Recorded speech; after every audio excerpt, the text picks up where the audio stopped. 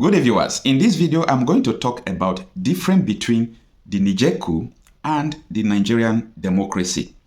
And in this video, I will urge you to watch it to the end. Believe me, it's worth your time, it's worth your data.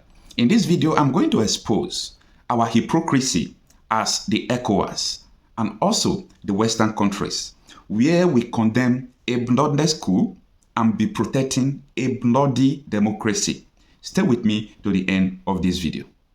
And I think it's very important to understand how people feel about this Niger Coup.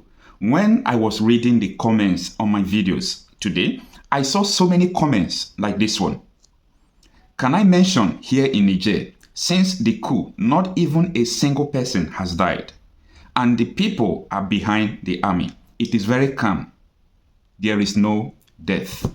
Now, when you come to see these videos I'm going to show you ahead, you yourself will compare the difference between the Niger Coup and the Nigerian democracy. And let your opinion count on the comment section and tell me what you think. Let's get to the video. This is a coup.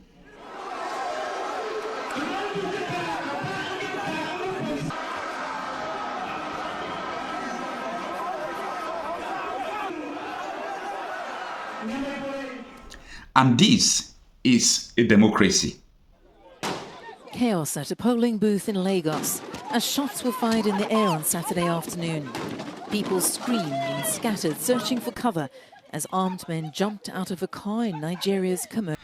And the next clip you are going to watch, I want you to tell me whether it is the product of the Niger Coup or the product of the Nigerian democracy. Let your opinion count. Watch this video. A country which, if God were to judge us correctly, ought not to exist on the face of the earth. It ought to have received the treatment of Sodom and Gomorrah. But the only beauty, God has found 50 people. That is the only reason why God still preserved this country. But his patience is running out. Our cup of iniquity is getting filled by the day, and we do not know it. How is it getting filled by the day? On a daily basis, we are becoming a country where greed is celebrated. We give men and women opportunity to serve, and they steal from us. We give men and women the opportunity to preside over our health services. They acquire expired drugs, and women die, and children die. We are accusing Adolf Hitler of Holocaust. That is Holocaust of another kind. There is an obvious hypocrisy in condemning the Niger Coup while trying to protect the bloody democracy that we have been experiencing in countries like Nigeria. And I am a Nigerian. I came from Nigeria. I have participated in so many elections where I saw the electoral malpractices that clearly shows that the people cannot produce a leader. Such a country cannot boast about democracy. We Africans, we condemn coup in every attempt, in every time they carry out coup. Yes, I personally am not in support of coup. I don't like coup. But the question we should be asking ourselves is, why are we having coup upon coup? The reason why we're having it is because the democracy that they define for us, that it is the government of the people, by the people, and for the people, we have come to realize that this government, number one, is not for the people. If it is for the people, you will not be seeing the casualties we are experiencing on the Mediterranean Sea, on the Sahara Desert, when people will be running out because they are hungry, they are facing insecurity, they have to run out for their dear life, and they died in the desert. The question is, there is nobody that will cross the desert, enter Mediterranean Sea, if where he is coming from is better off. The situation we are facing in Africa clearly expressed the mind of the people that the democracy is not the government of the people. And it has never shown that democracy is government of the people. The evidence is there. Forget about the definition. Now, we were also told that democracy is not only the government of the people, but by the people. And that is where the problem comes. If you say that the democracy is the government by the people, and the constitutional right to elect who will become their leader. But the question is, I don't think that they are up to 80% including Nigeria. And that is why after the presidential election, you see so many court case, election petition, find them from here, from this court to the another court till Supreme Court. It shows that, yes, these elections are not free and fair. How can you condemn a coup that is bringing stability to the people? People are rejoicing. And you begin to protect an election that kill people, people will starve, people will disenfranchise. What are we? This is a hypocrisy in the highest order. And it is time, I suggest, that we have to redefine our democracy. Since democracy is the government of the people, by the people, and for the people, any kind of government, be it monarchy, be it military regime, that the people willingly choose, the majority of the people willingly choose, let it be to them that is their democracy.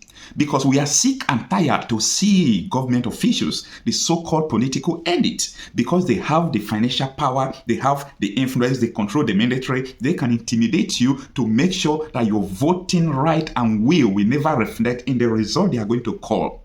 Such thing triggers coup. Such thing triggers chaos. Such thing triggers poverty, because the government will not care about the people, because you are not the one that voted them into the power. You are not the one that voted them into the position they are as a president. Imagine if the president of Nigeria have assumed office by the vote of everybody or majority. He will take care of the people that voted for him. But in a situation where you assume office because just few political elite, they call it cabal, they just gathered and promised you they will use all their treasury, machineries, military to make sure you will emerge as the president. And they did that for you. Your allegiance will just go to few people. You will neglect the masses. But when the masses will revolt against you, people will be saying, let us protect democracy. Let us protect democracy. What are you protecting? It is time for us to redefine what democracy means to the Africans. It is time for us to redefine what a government is to the Africans. I don't think that the system of government called democracy that the Britain, the French left for Africans is working for them. We have to go back to our root. We had a culture before the colonization era. Before these colonizers, the Belgian, the French, the Great Britain, they came to Africa, we had a culture. And when I read history, I came to realize that monarchy is the way Africans were administrating themselves. I read about the great emperor and the king of Mali, how he administrated all parts of Africans, including parts of Asia. I read about the Oba of Benin, how he dominated in so many places. And these kings make sure that their people never suffered. Because when you are a king, anyhow your people look like, that is the way people will call you. That is the way people will address you. If your people are hungry, meaning you are a hungry king. If your people are very good judges and they are looking brilliant, people will call you a good king. And that is what is supposed to reflect in the lives of our political leaders. But that is not what we are seeing. When you leave people in abject poverty, you careless, you loot their money, you use it to establish yourself abroad, you buy properties abroad, to the detriment of the masses that you are supposed to deliver the dividends of democracy to. What happened? The people will surely rise against you. I just want to give you this story. When you see a cattle rearer or a shepherd leading the sheep or the cattle, when they are going, the sheep will be thinking that the shepherd is protecting them. But the shepherd has one thing in mind: to kill the sheep, to sell the sheep, and to make money with the sheep.